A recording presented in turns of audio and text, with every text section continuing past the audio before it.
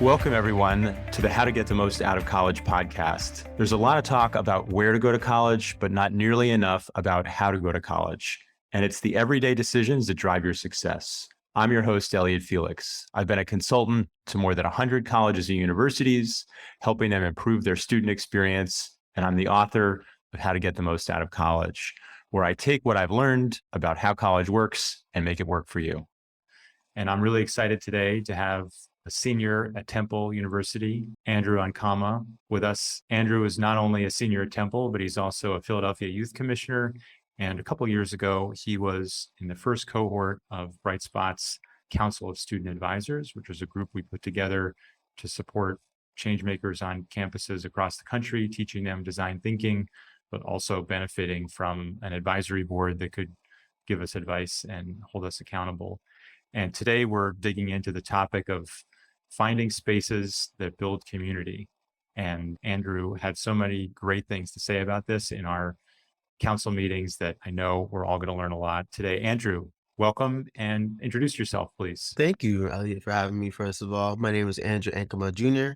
I am currently a senior at Temple University. As Ellie mentioned, I'm a Philadelphia Youth Commissioner. I'm also the founder and director of my own organization called the Accountability Initiative, which is the social justice organization of activists like myself looking to create change in their local community. So, yeah, I'm very excited to be on this podcast and ready to get into it. On this topic of students finding spaces that build community and where they can find community, I'd love to hear a story, maybe from your experience or a friend, about how you found such spaces, digital spaces, physical spaces, or otherwise. So, I'm a transfer student. I transferred from TCNJ, the College of New Jersey, my freshman year. So my sophomore year was my first semester here at Temple. And a transfer student, you don't really know that many people and stuff like that. That and on top of the fact that this was like peak quarantine COVID time, 2020 was the year. So transferring during COVID that's an extra challenge. Yeah, yeah, it definitely was. So I would say I struggled a little bit in my first few weeks of my transfer to Temple, but something that was able to help me out a little bit. One, there's this Instagram page for our class. So like for Temple, each class has their own Instagram page made by students. So like Temple U class of 2023. And then you could submit a post. You could be like, oh, hi, my name is Andrew. I'm a transfer student. I'm just looking to meet new friends. Feel free to direct message me if you're interested in connecting. So like it was everyone made, those posts. So I submitted one of those posts and I met a few people from there. And through that, I also was able to get connected with, one of my friends who like put me in a group chat of like other Temple students. And like it was just like random stuff. Like we talked, oh, did you see what happened here? What are you doing today? And that I would say definitely helped, to build community for me because even after, when things with COVID started dying down, we were able to start meeting in person and stuff like that, which was definitely a plus for me. When the folks from the group chat met up, where did you first meet in person? So there's this structure at Temple called the Bell Tower. It's like where everyone hangs out. So we were like, oh, let's hang by the Bell Tower, see each other in person for the first time. So it was pretty cool. It was a little awkward at first because like no one knew what to say and stuff. But it took some people to break the ice a little bit and then the conversation flowed naturally from there. How did you break the ice? A bunch of people have never met in person. You gathered around the campus icon, the bell tower. How did you get over that awkwardness? Yeah, that's a very good question. For me, I'm a social person. So like when I see like an awkward situation, I would just start talking like about asking random questions, and like they would tell me about their day, and then like I would maybe the next person would pick up like, oh, you did this? Oh, I like doing this. It's to just try to fill that conversation. So I mean, I would say for people who encounter situations like that, my advice would be like, don't be afraid to spark conversation because. Of course, the first time you're meeting someone in person, you might not click automatically, but as bring up topics of conversation, you might find that, oh, I have this in common with this person. Or, oh, you did this? I'm also interested in this. So that's definitely something that I recommend. And it's worked for me very much in the past. And jokingly enough, for someone who started off at Temple like that, right now, my friends call me Mr. Temple because they say, oh, everybody now. Yeah, it's fun to have your go-to icebreaker questions and topics. And it's pretty different, but this reminds me of my daughter is she's 7 and she's super outgoing, more so than I am, or I certainly was at that age. And her go-to questions on the playground when she's just meeting new people, she asks them, how old are you and how many teeth have you lost? And they connect over how many teeth they're missing. And she's like, I've lost 6. It's good to have your icebreaker questions. So for you as you're transferring into Temple, it's during COVID lockdown. The way you find community is through Instagram, which leads to a group chat, which leads ultimately to a meetup in person. How about fast forward, a year and a half? What are the spaces on campus that you found are helpful for meeting people that you connect with? Maybe meeting people that are different from you. How does that work for you now that you have more access to the campus? So I would definitely say student organizations, 100%. 2021 was when stuff started getting back in person. At the beginning of the semester, they had a Temple Fest, which is like a club fest where all these organizations would have tabling. You can stop by the table and be like, oh, this is what my organization is about. This is what we do. You can sign up to join if interested. I signed up for quite a few orgs. I wasn't able to go to all their meetings, but to the meetings that I did attend, everything. There's this organization called Smooth Strongmen Overcoming Obstacles Through Hard Work that I joined, that I eventually became the secretary of. The Temple Black Law Student Association, the BSU, and there was another one, I think, but I can't remember at the moment. But joining student orgs is definitely another one of my Right. things that I for because you meet so many new people who have similar interests as you and people who are different than you as well. Like I met this guy who his name is LJ. He's one of my best friends now, but he was also a transfer, and I met him through Smooth.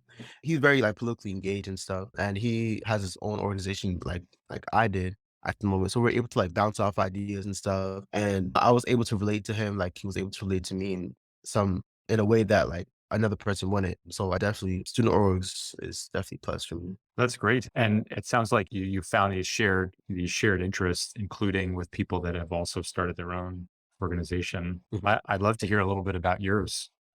Yeah, actually, I would say that like my work with Bright Spot helped to like motivate some of the work I'm doing now. So I started this organization in 2020. We started off in Jersey, where I'm from.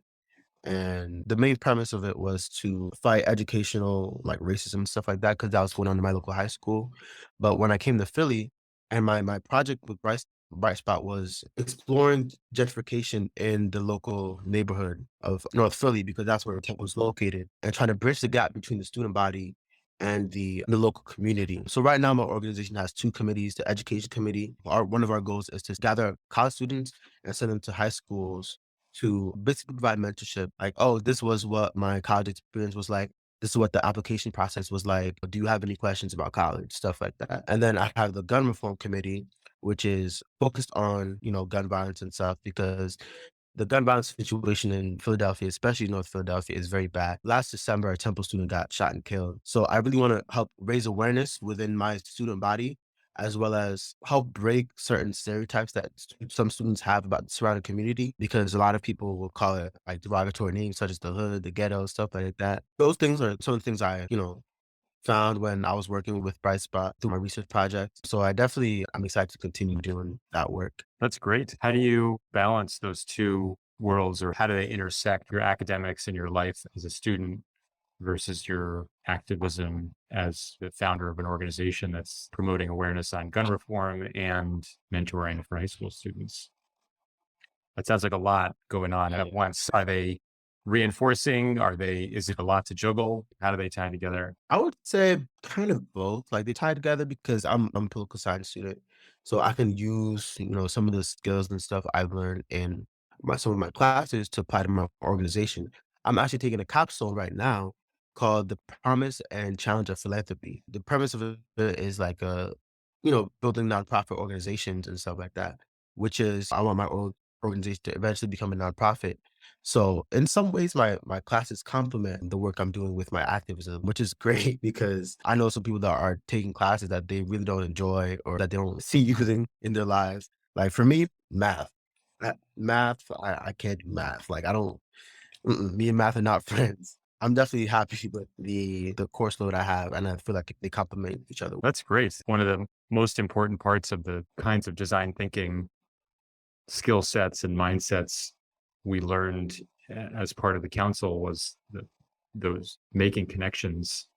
And it sounds like you really put that in practice because you're connecting the skills and the projects from your classes to ways to help community and create an organization. I think it's really awesome to see how this is all played out and the impact you're having. And I think as we close out the episode, I would love for you to have the last word of advice for students or families, parents that are trying, maybe I don't know if they're a transfer student, but they're coming to a new city or a new college or both, and they're figuring out ways to find community. What should they do? How should they do it? So my biggest advice is step out of your comfort zone. Someone once told me that in order to grow, you need to step into a place of discomfort. Finding like throwing yourself into a whole new world that you've never like been before it's uncomfortable. Like when I came here, I was like, this is a city. I was born in Philly, but I was raised in the suburbs in New Jersey.